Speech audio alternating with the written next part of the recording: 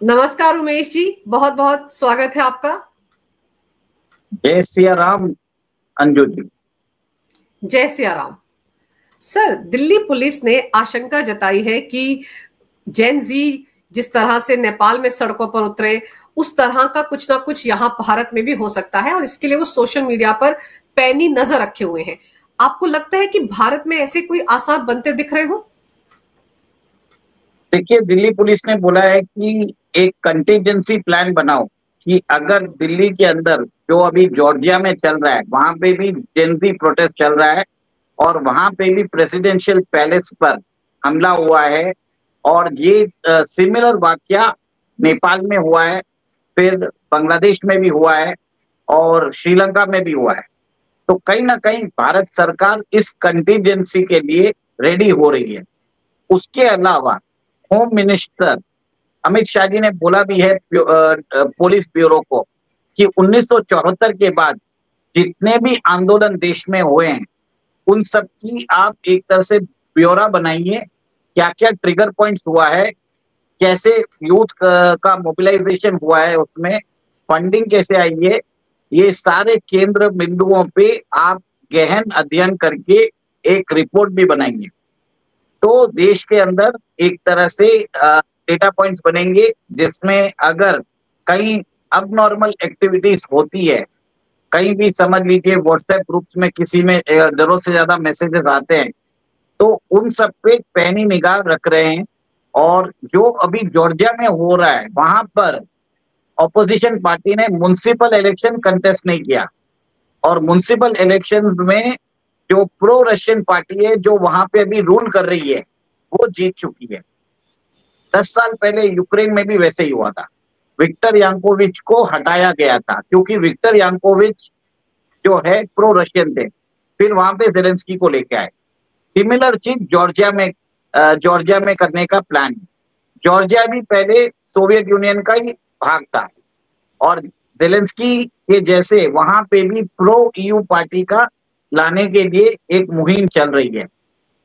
अब इसका एक चीज देख लीजिए, इसमें सिमिलैरिटी क्या है? इसमें सिमिलैरिटी है बिग टेक का। जो बड़ी बड़ी कंपनीज है जैसे Facebook, WhatsApp, Instagram, X, YouTube, इन सब जो प्लेटफॉर्म्स है ये पूरे अमेरिकी प्लेटफॉर्म है। अगर 2011 में भी अरब स्प्रिंग देखा जाए वहां पे भी इन्हीं बिग टेक कंपनीज का हाथ था और अभी नेपाल में हमने देखा कि वहां पर भी अमेरिकन कंपनीज का हाथ है, अमेरिकन बिग टेक कंपनीज का। यहीं पे जो मोबिलाइजेशन हुआ वो श्रीलंका में भी हुआ, बांग्लादेश में हुआ, पाकिस्तान में भी हुआ था। तो एक पैटर्न नजर आ रहा है। इंडोनेशिया में भी वहां पर भी उनकी सरकार के खिलाफ प्रदर्शन हुआ है। तो एक तरह से समझ जाइए कि वर्ल्ड ओवर एक पैटर्न चल रहा है जेनजी का प्रोटेस्ट का और इसके लिए भारत सरकार एक तरह से पहले से ही तैयार हो चुकी है। भारत एक बहुत बड़ा देश है। ये सब जो तख्ता पलट होता है ये भारत में करने के लिए आपको बहुत बड़ी तैयारी चाहिए। और और ये देखिए जो जॉर्जिया में है 10 से 15 हजार लोग ही है, पर भारत की पॉपुलेशन 150 करोड़ है। यहाँ पे कम से कम आपको 25 से 30 लाख लोगों को लेके आना पड़ेगा, तभी आप कर सकोगे। आप ये मॉब मोबिलाइजेशन कर लो, मोबोक्रेसी कर लो, तो भारत के अंदर भी अगर चक्का जाम करके अगर समझ जाइए अगर यहाँ पे भी लोग जमा हो जाते हैं और फिर पार्लियामेंट बिल्डिंग या राष्ट्रपति भवन पे हमला करते हैं, ये एक नया टूल किट चालू हो चुका है। ये बहुत बड़ा इंटरनल खतरा है। उमेश जी, इंटरनल खतरा तो है और इससे निपटने की तैयारी हो रही है, लेकिन आप सोचिए राहुल गांधी 4 देशों की यात्रा पर विदेश में है, कोलंबिया में ही है शायद, वो वहीं से लोकतंत्र पर हमला बोल रहे हैं, तमाम तरह की बातें कर रहे हैं और उसी दौरान दिल्ली पुलिस इस तरह की बात करती है कि उनको अंदेशा है कि ऐसा कुछ जेनजी के नाम पर हो सकता है। और राहुल गांधी जब देश में थे, नेपाल की घटना के बाद उन्होंने कहा था कि जेनजी ही इस देश के लोकतंत्र को बचाएंगे, इस देश के संविधान को बचाएंगे। ये बातें राहुल गांधी अपनी जबान से कहकर गए थे। तो ऐसे में क्या दिल्ली पुलिस की ये बात कि ऐसा भारत में भी हो सकता है, इसका कोई कनेक्शन राहुल गांधी की विदेश यात्रा से भी है? देखिए, देश में जितनी भी बड़ी संवैधानिक संस्थाएं हैं, उनके खिलाफ राहुल गांधी कंटिन्यूअसली एक कैंपेन चला के रखे हैं। पहले ने उन्होंने इलेक्शन कमीशन ऑफ इंडिया को एक तरह से आरोप लगाए, फिर ईवीएम पे आरोप लगाए, फिर वहां पे वोट चोरी की बात कही, फिर जब सुप्रीम कोर्ट ने उनको एफिडेविट लिखने को बोला तो उन्होंने मना कर दिया।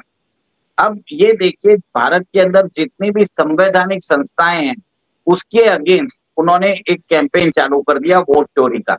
ये एक तरह से छोटा कैंपेन है, नाम मतलब कैची वर्ड होता है, पर लोगों की जबान पे आ जाता है। ये बहुत ही केयरफुली क्राफ्टेड कैंपेन है और इनके जितने भी बड़े हैंडल्स है कांग्रेस के, अचानक आप देखिए जब भी बिहार इलेक्शन या कोई भी इलेक्शन आता है, तब ऐसे एक तरह से कैची स्लोगन्स आ जाते हैं। पहले वोट चोरी आया, अभी आई लव समथिंग आ गया। तो ये सब चीज क्या बताता है कि जब भी देश के अंदर उनको लगता है कि अगर कुछ रिवोल्ट क्रिएट करना है, कुछ डिस्टर्बेंस क्रिएट करना है और एक पर्टिकुलर विशेष समुदाय का उनको सपोर्ट चाहिए, तो ये बात लेके आते हैं ताकि देश के अंदर जो वोटर है उनको, जो रूलिंग सत्ताधारी सरकार है, उसके खिलाफ अविश्वास जैसी एक नौबत आ जाए। देश के अंदर असमंजस की स्थिति उत्पन्न करना चाहते हैं, कंफ्यूज करना चाहते हैं लोगों को, ताकि जो रूलिंग सत्ताधारी लोगों के जो वोटर्स है वो वोट करने ना जाए।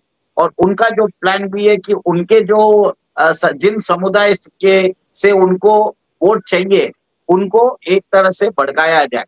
और एक तरह से आप ये देखिए, सत्ता रजीम की चेंज की भी बात हो सकती है। अगर समझ लीजिए कल बिहार इलेक्शन हार जाते हैं, तो क्या जो बांग्लादेश में किया था बीएनपी ने, जो उन्होंने बोला था कि हम चुनाव नहीं लड़ेंगे, और अब जो जॉर्जिया में भी वही हुआ है। जॉर्जिया में भी म्युनिसिपल इलेक्शन है, वहां पे भी प्रो ईयू पार्टी ने इलेक्शन नहीं लड़ा। फिर बाद में वो एक सड़कों पे आके राष्ट्रपति भवन पे उन्होंने हमला किया। ये टूल किट है। अगर फ्यूचर में अगर हमारी ऑपोजिशन जो नेपोकिट से बनी हुई है, भले ही राहुल गांधी हो, प्रियंका हो, अखिलेश हो, तेजस्वी हो, सब लोग हैं, इनको समझ में आ गया कि प्रधानमंत्री मोदी जी आरएसएस और बीजेपी का वो कुछ बिगाड़ नहीं सकते, तब वो इलेक्शन का बाइकआउट कॉल करेंगे, इस इलेक्शन कमीशन ऑफ इंडिया के ऊपर तोहमत लगाएंगे। फिर वो एक तरह से जब हार जाएंगे, तब बाद में वो सड़कों पे आएंगे।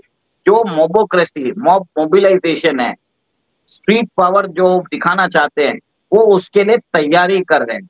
और ये जो जितने एक विशेष समुदाय के लोगों के अंदर जो कैंपेन चलाया जा रहा है, आई लव समथिंग, वो एक तरह से उसी की एक तरह से आगे जाके ये बहुत बड़ी तैयारी कर रहे हैं।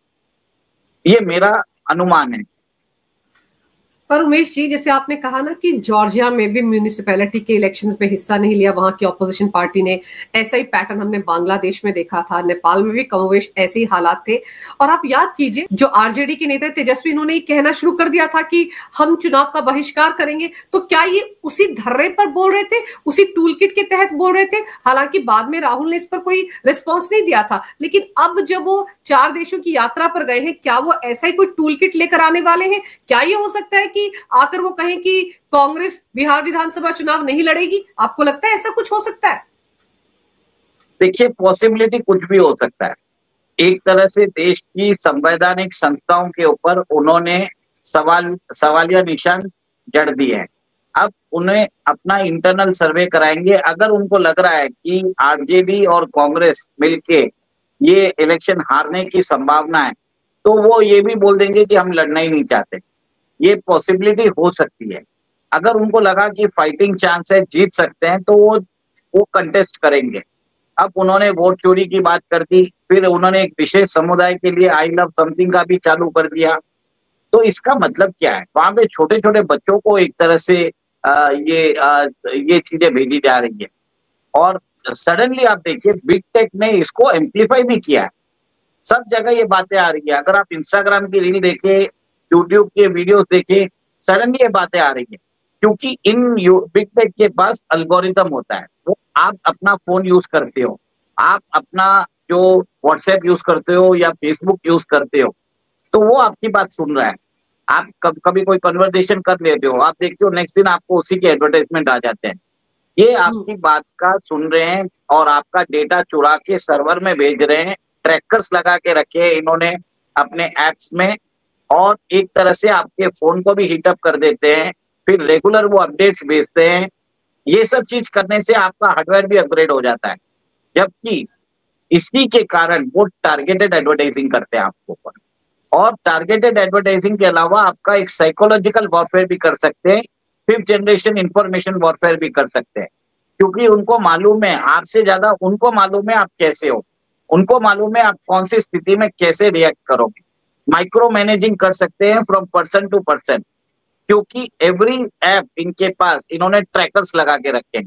डेटा बात कर रहे हैं, वो डेटा सीधा सर्वर में जा रहा है, फिर उनको समझ में आ रहा है कि कौन सा डेटा से किसको कैसे एडवर्टाइजमेंट भेजा जाए। इसको बोलते हैं टारगेटेड एडवर्टाइजिंग, और गूगल की अपनी रेवेन्यू मैक्सिमम ये टारगेटेड एडवर्टाइजिंग के लिए है। अब इसका हल क्या है? हल तो प्रधानमंत्री मोदी जी ने बोल भी दिया कि आप स्वदेशी ऐप दीजिए। और पिछले दिनों जो एक चेन्नई की कंपनी है जोहो, उसका नाम बहुत चर्चित है। अंजू जी, वो चेन्नई की भी कंपनी नहीं है, वो चेन्नई से मतलब 3 टाउन दूर एक तेनकासी गांव है, उधर वो ऑपरेट करती है, उनका हेडक्वार्टर उधर है। इसके जो फाउंडर है श्रीधर वेम्बू, वो एक बहुत ही साधारण लाइफस्टाइल जीते हैं। वो साइकिल में जाते हैं, बच्चों को पढ़ाते हैं। उनके कंपनी में 18,000 एम्प्लॉइज है। आपके प्रेजेंटेशन स्किल्स नहीं देखते, वो आप कैसे बात करते हो, आपका लॉजिकल स्किल्स देखते हैं। इन्होंने अभी ऐप बनाया, मैसेंजर ऐप, जैसे व्हाट्सएप है, इन्होंने अरत्तई बनाया। फिर इन्होंने एक तरह से जैसे गूगल क्रोम ब्राउजर है, इन्होंने बनाया उला। फिर जो माइक्रोसॉफ्ट का टीम्स या बाकी सब उनका को पायलट है, इन्होंने अभी बनाया ये वानी, एआई कोलैबोरेटिव टूल। उधर माइक्रोसॉफ्ट सूट है, इनके पास जोहो सूट है। इनके जो कस्टमर्स है ना, वो बड़े बड़े फाइनेंशियल इंस्टीट्यूशंस हैं, जो अमेरिका में है, यूके में है, कनाडा में है, स्पेन में है, इटली में है। अब ये सब जो फाइनेंशियल इंस्टीट्यूशंस है, उनको डेटा प्राइवेसी, डेटा का जो सॉवरेनिटी है, ये बहुत इंपॉर्टेंट होता है। और इनके सर्वर्स जो होते हैं ना, जो डेटा स्टोर करने के लिए, कम से कम 18 कंट्रीज में इनके सर्वर्स है। अब भारत के लिए इन्होंने अरत्तई निकाला है, और अरत्तई आज प्ले स्टोर और ऐप स्टोर में सबसे बड़ा है, एक तरह से डाउनलोड हो चुका है। इसको प्रमोट किया है अश्विनी वैष्णव ने, पीयूष गोयल ने सपोर्ट किया है, टेक महिंद्रा के जो चेयरमैन है आनंद महिंद्रा, उन्होंने भी कॉन्ग्रेचुलेट किया है। ये बाकी जो बड़ी कंपनीज है ना, इन्फोसिस, टीसीएस, ये सब सर्विसेज करते हैं, मतलब एक तरह से आर्बिट्राज अपॉर्चुनिटी कमाते हैं। बाहर से प्रोजेक्ट लेते हैं, हमारे यहाँ पे जो कोडर्स है उनको बोलते हैं आप कस्टमाइज करके दो, जबकि ये प्रोडक्ट्स बनाते हैं। और जोहो का जो सीआरएम टूल है, one of the best tools है इन द वर्ल्ड, और इसकी जो वैल्यूएशन इंडियन रुपीस में 1 लाख करोड़ की है। जबकि माइक्रोसॉफ्ट के साथ वो जो कम्पीट कर रहे हैं, माइक्रोसॉफ्ट की मार्केट कैपिटलाइजेशन है $4.2 ट्रिलियन, भारत की जीडीपी से भी बढ़कर। तो अब ये एक तरह से देश के अंदर स्वदेशी ऐप का बोलबाला चालू हो चुका है, लोग स्वदेशी ऐप्स को यूज कर रहे हैं। आगे इन्होंने एक चीज बोला है कि हम अपना खुद का चैट जीपीटी भी डेवलप कर रहे हैं, लार्ज लैंग्वेज मॉडल, और यूपीआई के साथ भी हम इंटीग्रेट कर देंगे इसको। सोचिए, यूपीआई के अंदर एआई चैटबॉट भी मिल जाएगा, और आप मैसेंजर जैसा भी यूज कर देंगे। मैं ये समझना चाह रही हूँ कि जैसे ये बोला जाता है कि जो ये प्रोपेगेंडा चलाया जाता है, फेसबुक पर सबसे ज्यादा होता है, इंस्टा पे सबसे ज्यादा होता है, और जो जिसको हम डीप स्टेट कहते हैं, वो भी इन्हीं जो प्लेटफॉर्म्स है उनका इस्तेमाल करता है। और ये जेनजी को लेकर जो कुछ नेपाल में हुआ, वो सबने कहा कि सोशल मीडिया का इस्तेमाल करके ही हुआ, व्हाट्सएप का इस्तेमाल करके हुआ। तो आप ये कहना चाह रहे हैं कि जो हमारे स्वदेशी प्लेटफॉर्म्स है, उन पर अगर हमारे देश के लोग आते हैं, तो विदेशी ताकतें जो भारत के खिलाफ काम कर रही हैं, उनको मौका नहीं मिलेगा यहाँ के लोगों को भड़काने का, इस तरह का कोई प्रोपेगेंडा चलाने का। बरोबर बोल रहा हूँ, मैं यही बताना चाहता था, मैं आगे इसी के ऊपर आता था। डेटा प्राइवेसी, इनके जो जोहो का जो ऐप होते हैं ना, ये सब, इनके अंदर ट्रैकर्स नहीं रहते, तो लाइट रहते हैं आपके फोन के पीछे बैकग्राउंड में, वो सारे डेटा नहीं भेजते हैं। और जोहो जो कंपनी है, चाइना में भी इनकी सेल्स ऑफिस है 6 साल के लिए। सोचिए, the great wall of China के अंदर, जहां पे उन्होंने बिग टेक को बैन करके रखा है, वहां पे उन्होंने इंडियन कंपनी को अलाउ किया है, क्योंकि चाइना भी वही बोलता है कि हमारा डेटा हमारे देश में रहना चाहिए। डेटा सॉवरेनिटी की बात करता है, प्राइवेसी की बात करता है। तो जितना एक तरह से जो चाइना हमारा सबसे बड़ा दुश्मन है, वो इंडियन ऐप को अलाउ कर रहा है, इंडियन कंपनी को अलाउ कर रहा है, जबकि यूएस बिग टेक को अलाउ नहीं कर रहा है। समझ जाने वाली बात है। अब इससे जी मैंने क्या बोला आपको, ये 5th जनरेशन जो वॉरफेयर है, इंफॉर्मेशन वॉरफेयर नहीं कर पाएंगे। इनके पास डेटा ही नहीं जाएगा तो क्या करेंगे लोग। और इसी के लिए हमें एक तरह से स्वदेशी ऐप को अपनाना बहुत जरूरी है। जहां तक मेरा मानना है कि देखिए, अभी हम इमीडिएटली तो इस ऐप से निकल नहीं सकते, पर जितना हो सके आपके नॉन एसेंशियल जो काम है, आप इनके ऐप्स को जी यूटिलाइज कर सकते हैं। जैसे फैमिली ग्रुप्स के लिए या कुछ भी आपके सोशल ग्रुप्स के लिए एटलीस्ट थोड़ा तो शिफ्ट करिए। ये ऐप्स जो हैं, अमेरिकन ऐप्स, आपको आपकी डेटा चुराते हैं।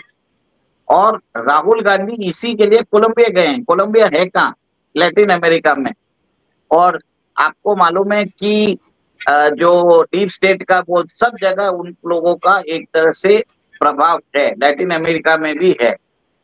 तो कहीं ना कहीं राहुल गांधी नया टूल किट लेके आ सकते हैं और उसी के अंदर, देश के अंदर वापस कोई एक बहुत बड़ा कांड करने के चक्कर में है। क्योंकि ये जब भी बाहर जाते हैं तो देश के अंदर कुछ ना कुछ प्रॉब्लम्स चालू हो जाते हैं। उमेश जी, अभी जैसे लद्दाख में हुआ, वहां पर भी ये कहा गया जेनजी सड़कों पर उतरे हुए, बल्कि वहां जो सोनम वांगचुक अभी जेल में है वो भी यही राग अलाप रहे थे। तो जो आई लव समथिंग प्रोपेगेंडा हुआ, उसके बाद ये सब कुछ जो हो रहा है, ये सारे के सारे उसी टूल किट का हिस्सा होंगे। सब एक टूल किट के हिस्से हैं। ऊपर से हमारी इंटेलिजेंस एजेंसीज ने भी बोल रहा है, कम से कम उन्होंने 400 यूट्यूबर की लिस्ट बनाई है जिनसे आईएसआई ने संपर्क किया है। अभी 2-3 दिन पहले वसीम राजा नाम का एक यूट्यूबर पकड़ा गया। उससे पहले ज्योति मल्होत्रा को सबको याद होगा, वो भी पकड़ी गई थी। तो यूट्यूब के माध्यम से भी आपको एक तरह से मिस इन्फॉर्म किया जाएगा, आपको झूठी सूचनाएं दी जाएगी, भारत सरकार के खिलाफ भड़काया जाएगा। ये एक तरह से वार्निंग सिग्नल्स है जो हमारी सरकार अपने लोगों के लिए इशू करती जा रही है, सतर्क है। सोशल मीडिया की मॉनिटरिंग हो रही है, क्योंकि इसी के द्वारा सबको मोबिलाइज भी किया जा रहा है। सर, किरण रिजिजू ने तो आज कहा ना कि इंदिरा गांधी भी देश के बारे में विदेश में जाकर बात नहीं करती थी, लेकिन राहुल गांधी देश के खिलाफ बोलते हैं विदेश जाकर। कोलंबिया यूनिवर्सिटी में घूम घूम कर वो किस तरह का ज्ञान दे रहे थे, किस तरह से लोकतंत्र भारत में उस पर हमले हो रहे हैं, इस तरह की बातें कर रहे थे सर। मतलब ये सारी बातें जो राहुल गांधी ने आरएसएस को लेकर की, मोदी को लेकर की, बीजेपी को लेकर गई, इनसे क्या मैसेज गया वहां के लोगों के बीच में कि एक लीडर ऑफ ऑपोजिशन अपने ही देश के खिलाफ विदेश में जाकर बोल रहा है। देखिए, ये नया नहीं कर रहे हैं, पहले ये अमेरिका में भी जाके वही करते थे। ये 2-3 साल से कर रहे हैं। ये इनके जो लेक्चर्स है, इनके जो सेमिनार्स है, वो ऑर्गेनाइज कराते रहते हैं, सैम पिट्रोडा ही करते रहते हैं। तो वहां पे एक तरह से बिकी हुई मीडिया जो है अमेरिका की, उनको एक तरह से बोला जाता है कि ये जो भी बोले उसको एम्पलीफाई करो। फिर हम उनको, उनकी बात को माना जाता है, फिर हमारी मीडिया भी पकड़ती है उस बात को। फिर हमारे देश के अंदर कुछ बिके हुए थिंक टैंक है, वो भी इस बात को एम्पलीफाई करते हैं और इसी बात को बिना कोई जाने परखे वो देश के खिलाफ वो अपना मुहिम चालू कर देते हैं। सबसे बड़ा प्रॉब्लम ये है कि हम कोई भी न्यूज या खबर होती है उसको जांच परखते नहीं है। हम देख लेते हैं कि वॉशिंगटन पोस्ट ने ये बोला है, टेलीग्राफ ने ये बोला है, संडे गार्डियन ने ये बोला है, हम उनकी बात को ऑन फेस वैल्यू मान लेते हैं। ये बहुत बड़ा एक तरह से खतरा है हमारे लिए और हमें एक तरह से गवर्नमेंट की बात मानने की जरूरत है और हमें हमारे देश को बचाने के लिए we have to start using स्वदेशी टेक। और ये बार बार मोदी जी हमेशा बोलते जा रहे हैं। 15 अगस्त के दिन भी जब उन्होंने देश को संबोधन किया, उसमें भी उन्होंने देश के युवाओं से अपील की कि आप देश के अंदर डिजिटल इकोसिस्टम बनाइए ताकि हमारी सॉवरेनिटी बनी रहे। ये बहुत बड़ी बात है और हम देख रहे हैं कि इसका दुष्प्रभाव कैसे किया जा रहा है। बिग टेक कैसे लोगों के दिमाग में जहर बोल रहा है, अपने देश में अपनी सरकार के अगेंस्ट वो एक तरह से हिंसा भड़काता है, फिर वहां पे तख्ता पलट होता है। ये एक तरह से कॉमन चीज हो चुकी है। बिल्कुल, इस कॉमन चीज को ही ध्यान में रखते हुए मुझे लगता है कि गृह मंत्रालय ने, अमित शाह जी ने एक प्लान बनाया है जिसके तहत दिल्ली पुलिस ने आगाह किया है कि ऐसा कोई संकट देश पर आ सकता है, जेनजी को भड़काया जा सकता है, और इसीलिए जैसे आप बता रहे हैं कि एक प्लान तैयार कर लिया गया है ताकि इस तरह की घटना भारत में ना हो। लेकिन मुझे हंसी इस बात की आती है सर कि राहुल गांधी बोलते हैं जेनजी सड़कों पर उतरेंगे, लेकिन जेनजी नेपाल के सड़कों पर उतरे थे नेपो किड्स के खिलाफ। तो राहुल गांधी भी नेपो किड है, प्रियंका वाड्रा भी नेपो किड है, अखिलेश भी नेपो किड है, तेजस्वी यादव भी नेपो किड है, और फिर आप तमिलनाडु चले जाइए, स्टालिन का पूरा परिवार नेपो किड है। तो इनके खिलाफ ही तो लोग सड़कों पर उतरेंगे, ऐसे नेपो किड्स के खिलाफ ही सड़कों पर नेपाल की जेनजी उतरी थी। तो ये बात राहुल गांधी को समझ में नहीं आ रही है। देखते हैं सर किस तरह का टूल किट लेकर राहुल गांधी विदेश से लौटते हैं, लेकिन यहां पर अमित शाह ने पूरी तैयारी कर ली है। आपने सर समय निकालकर इस विषय पर बहुत ही अहम जानकारी मेरे दर्शकों को दी, आपका बहुत बहुत धन्यवाद। नमस्कार, भारत माता की जय हो, वंदे मातरम, जय सिया राम। जय सिया राम।